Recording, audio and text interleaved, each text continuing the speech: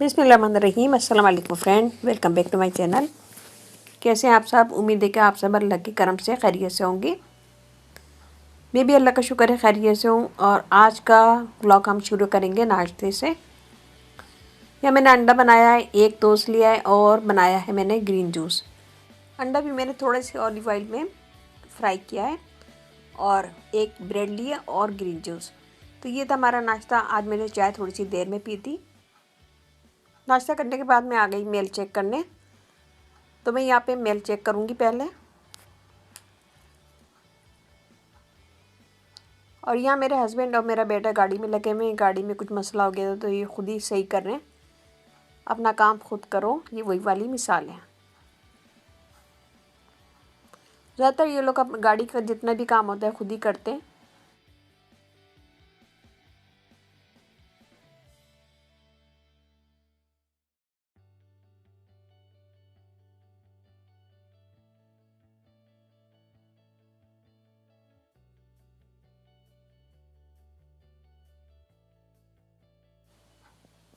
और अब मैं जा रही हूँ मेल चेक करने।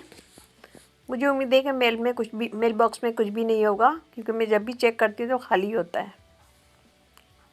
तो आज भी ये खाली होगा क्योंकि इन लोगों ने निकाल ली होगी मेल, लेकिन मैं ज़रूर चेक करती हूँ। इस बहाने थोड़ी सी वॉक हो जाती है।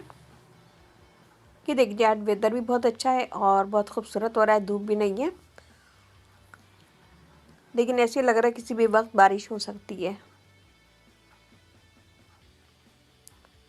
ये देखें। और यहाँ मैंने बनाया अपने बेटे के लिए बन कबाब। ये मैंने बनाया है और ये इसमें मैंने चिकन रेशा कबाब डाला है। ये मैंने आलू बॉयल कर लिए थे। आलू बॉयल करने के बाद मैं इस पर ठंडा पानी डाल ली हूँ। तो आज हम बनाएंगे आलू के पराठे। आलू के पराठे में मैं चीज़ भी डालूँगी और आलू पीनट डालूँगी। या मैं आलू को बॉयल कर चुकी हूँ और मैं इसे छील रही हूँ। आलू छीलने के साथ साथ मैं आप लोगों से एक बात शेयर करती हूँ। दिलों को साफ़ करके जीना सीखो, माफ़ी मांगने में पहल करो। अल्लाह दुनिया में ही तुम्हारे लिए जन्नत की हवाएं चलाएगा इंशाल्लाह। या मैंने आटा भी गूंद लिया। आटे में हल्का सा मैंने तेल लगा के इसको रख दिया साइड में ढक के। और ये सारे मसाले मैं आलू में इसे मिक्स करूँगी। आलू को ठंडा करके फिर हमने इसको मसल लिया है हाथ से। फिर इसमें हम सारे मसाले डाल देंगे और इसे मिक्स करेंगे अच्छे से। अनारदाना डालेंगे, प्याज, धनिया, आलू पिनो, ये सब चीज़ें डाल के हम अच्छे से मिक्स कर लेंगे।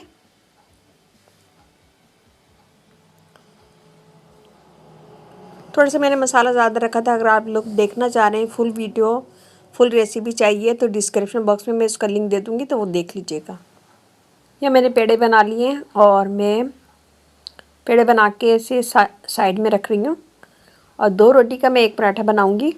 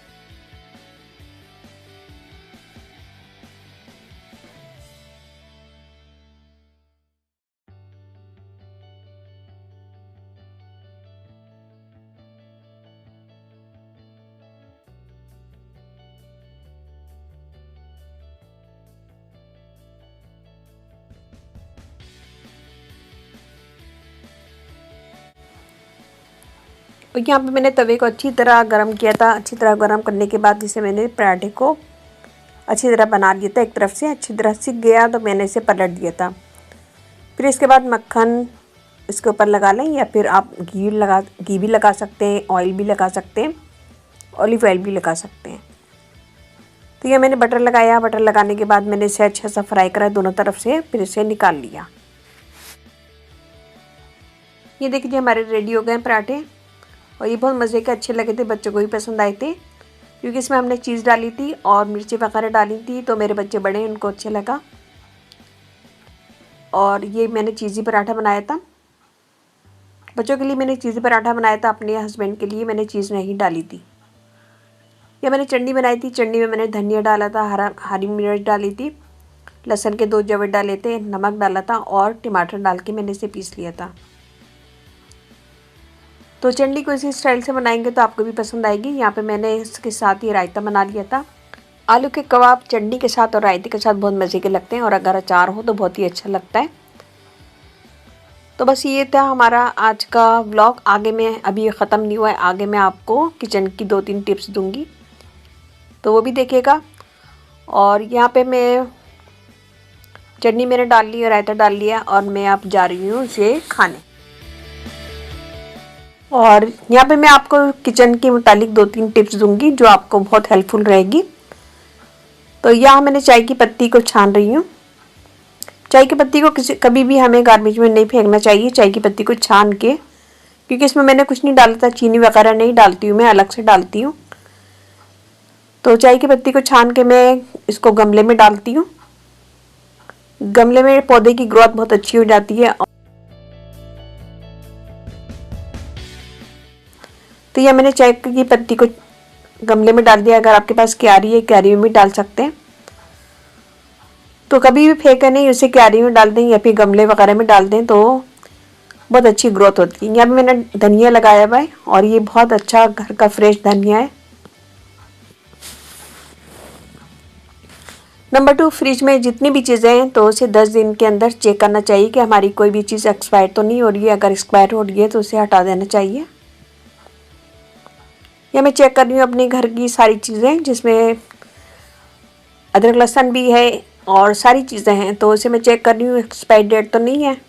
अगर होगी तो मैं इसे निकाल दूँगी। तो इसी तरह हमें अपनी फ्रिज की तमाम चीज़ें चेक करना चाहिए, एक्सपायरी डेट वाली चीज़ें हटा देना चाहिए। और अक्सर फ्रिज में पीछे की साइड पे खाने वगैरह बचे होते हैं तो हम भूल जाते हैं रख के, तो हमें फ्रिज के खाने वगैरह भी निकाल के देखना चाहिए, फ्रेश हो तो इसे यूज़ करें, बाकी फेंक देना चाहिए। तो यह मैं सब चीज़ें चेक कर रही हूँ, और जो भी एक्सपायर चीज़ें मैं इसे निकाल, हफ्ता 10 दिन में हमें ये अमल करना चाहिए, क्योंकि अक्सर चीज़ें एक्सपायर हो जाती हैं तो हमें पता नहीं होता है, हम यूज़ करते रहते हैं। तो 10 दिन में, हफ्ते में एक दफ़ा ज़रूर ये सब चेक करना चाहिए।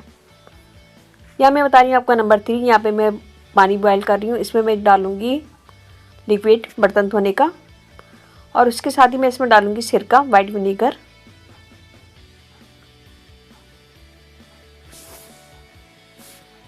और जितने भी स्पंज हैं जिससे हम बर्तन धोते हैं, जूना है जिससे हम बर्तन साफ़ करते हैं अच्छी तरह, उन सब चीज़ों को मैं पका लूँगी। 2 से 3 मिनट में इसे बॉयल करूँगी।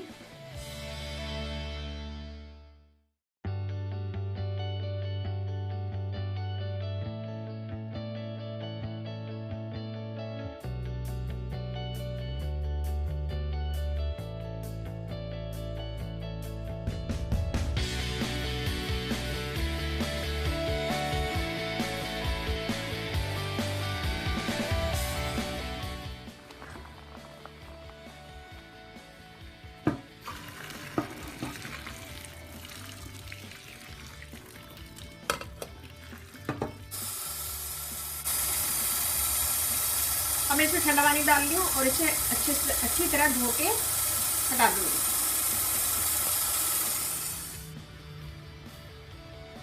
ये देखिए हमने साफ़ कर लिए, बिल्कुल साफ़ हो गए। इसे हम रख देंगे बाउल में। जब में काम कर रहे होते हैं तो नल को वॉश करना भूल जाती है, तो अच्छी तरह नल को भी वॉश करें। जब भी हम किचन में काम कर रहे होते हैं, तो आटा गूंद रहे होते हैं या फिर खाना पका रहे होते हैं, तो वही हाथ हम नल खोलते हैं और जल्दी हाथ धोते हैं और वापस बंद कर देते हैं। तो बहुत कम होता है, ऐसे ख्याल आता है कि नल भी साफ़ कर लें। लेकिन जब भी आप हाथ धोएं या काम करें, किचन में काम करने से फारिग हो जाएं, तो नल को अच्छी तरह साफ़ करें, सिंक को अच्छी तरह साफ़ करें। और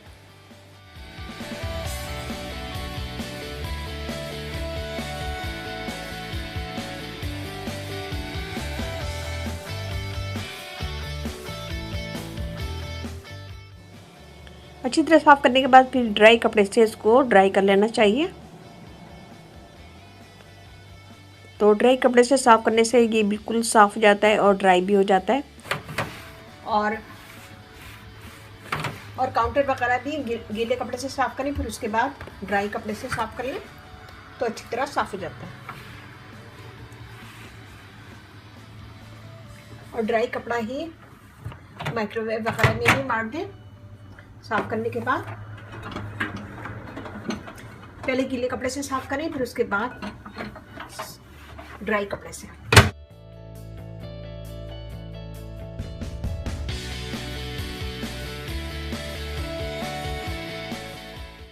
फिर इसके बाद आखिरी टिप है कि बर्तन धोने के बाद उसका पानी ड्राई करें किसी साफ़ कपड़े से। तो बर्तन को ऐसे ही हमें कैबिनेट वगैरह में नहीं रखना चाहिए, उसका पानी बिल्कुल ड्राई करके उसको कैबिनेट में रखना चाहिए। तो ये था आज का हमारा व्लॉग। उम्मीद है कि आपको पसंद आएगा। पसंद आए तो अपनी फैमिली फ्रेंड में शेयर कीजिएगा, लाइक कीजिएगा, कमेंट दीजिएगा और बताइएगा ज़रूर कि आपको किचन की टिप्स कैसे लगी। अच्छी लगे तो लाइक कीजिएगा, कमेंट दीजिएगा, अपनी फैमिली फ्रेंड में शेयर कीजिएगा। मेरा फेसबुक पेज है, उसे लाइक कीजिएगा, उसका लिंक मैं डिस्क्रिप्शन बॉक्स में दे दूँगी। और इंस्टाग्राम है, इंस्टाग्राम का लिंक भी मैं डिस्क्रिप्शन बॉक्स में दे दूँगी। तो प्लीज़ डिस्क्रिप्शन बॉक्स ज़रूर चेक किया करें, वहाँ पे सारे लिंक हैं।